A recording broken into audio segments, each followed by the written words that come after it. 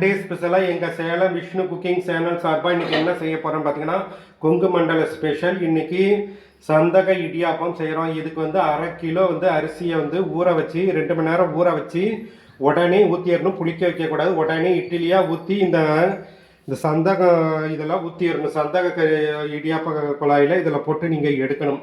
இன்றைக்கி இட்லி ஊற்றி வச்சுட்டோம். இப்போ இட்லியை ஊற்றிட்டோம். இதை இப்போ நாங்கள் இதில் போட்டு பிழிஞ்சு காட்ட போகிறோம். சந்தகம் இடியாப்ப குழாய் இதில் நாங்கள் பிழிஞ்சு போட்டு காட்டுறோம். நண்பர்கள் அனைவரும் பார்த்து செய்யுங்கள், தங்கள் வீடுகளில் செய்யுங்கள். இது கொஞ்சம் நல்லா சூடாகவே செஞ்சிடணுங்க. ஆற விட்டிங்கன்னா அது சுட சுட எடுக்க முடியாது, இது பிழிய முடியாது. அதனால் இது சூடாகவே எடுக்கணும்.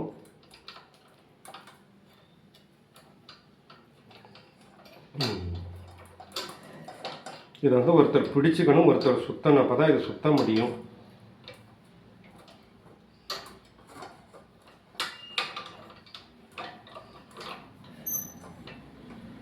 இது கொஞ்சம் தண்ணி தெளித்து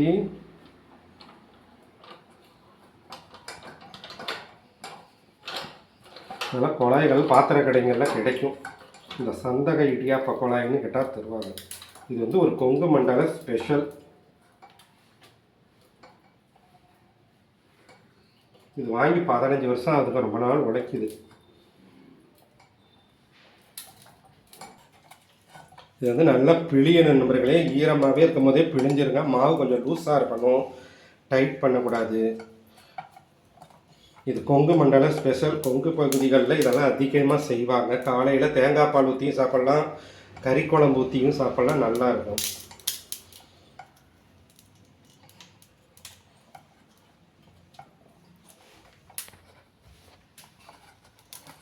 இது ரொம்ப ஈஸி. 2 பேர் செஞ்சால் ஈஸியாக வரும். நான் தனியாக செய்கிறதுனால இது கொஞ்சம் இதாக வருது, வேறு ஒன்றும் இல்லை.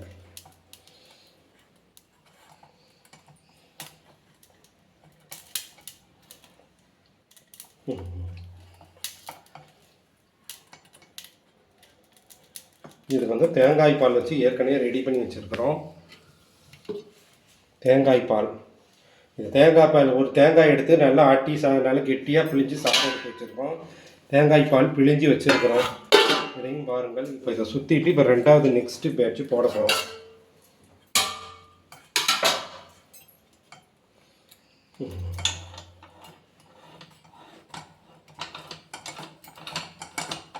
நண்பர்களே, இப்போ 2 இட்லியே நல்லா சுட சுட வச்சு எடுத்துறணும். இது பிழிஞ்சிடலாம் ஈஸியாக. நல்லா சூடாக இருக்கிறதுல பிழிஞ்சிட்டிங்கன்னா நல்லாயிருக்கும். இது கொங்கு மண்டல ஸ்பெஷல். ரொம்ப விரும்பி சாப்பிடுவாங்க. எங்கள் வீட்டில் அடிக்கடி செய்வோம். இதுக்கு தேங்காய் பால் ஊற்றி சாப்பிடலாம், கறி குழம்புக்கும் கறி மசாலுக்கும் வச்சு சாப்பிடலாம், சூப்பராக இருக்கும். இடியாப்பம் 2 வகையில் செய்வாங்க. ஒன்று இந்த மாதிரி இட்லியில் போட்டு அவிச்சு எடுத்து செய்கிறது ஒன்று, பிழிஞ்சி செய்கிறது ஒன்று. அடுத்தது அரிசி மாவை வறுத்து போட்டு முறுக்கு குழாயில் புளியறது ஒன்று.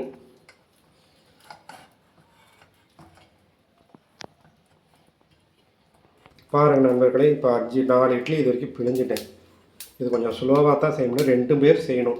ஒருத்தர் பிடிச்சிக்கணும், ஒருத்தர் பிழிஞ்சாங்கன்னா அவங்களுக்கு கொஞ்சம் ஈஸியாக இருக்கும்.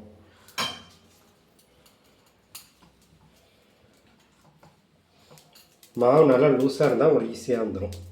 ஆனால் சூடாகவே செஞ்சாருன்னா ஆறுனா உங்களால் பிழிய முடியாது. சந்தக மனையில் இப்போ பிழிஞ்சாச்சு. இப்போ இடியாப்பம் 4 இட்லி போட்டதில் இவ்வளோ 2 பேர் சாப்பிட்ற அளவுக்கு வந்துருக்குது. இந்த இட்லி இப்போ ரெடி ஆகிடுச்சு. இது இடியாப்பம் ரெடி ஆகிடுச்சு. இப்போ சந்தகம் ரெடி ஆகிடுச்சு. அனைவரும் சாப்பிடுங்கள். இதுக்கு ஒரு தேங்காய் பால் வச்சுட்டேன். இதில் சர்க்கரையை போட்டு வச்சாச்சு. பாருங்கள் நண்பர்களே, இது சந்தக இடியாப்பம் கொங்கு மண்டல ஸ்பெஷல். இட்லி அரிசியில் போட்டு ஈஸியாக செய்யலாம். 2 மணி நேரத்தில் செஞ்சிடலாம். நீங்கள் 2 மணி நேரம் ஒரு அரிசியை ஊற வச்சு உடனே இட்லியை சுட்டு இந்த சந்தக மனையில், இந்த சந்துவ குழாய் எல்லா பாத்திர கடைகள்லையும் கிடைக்கும். இதை வாங்கி நீங்கள் பிழிஞ்சிங்கன்னா இடியாப்பம் நேச்சுரலான இடியாப்பம் ரெடியாக கிடைக்கும். சந்தக இடியாப்பம்னு கொங்கு மண்டலத்தை சொல்லுவாங்க. இதுக்கு தேங்காய் பால் ரெடி. நண்பர்களே, ஓகே நண்பர்களே, வெல் டன்.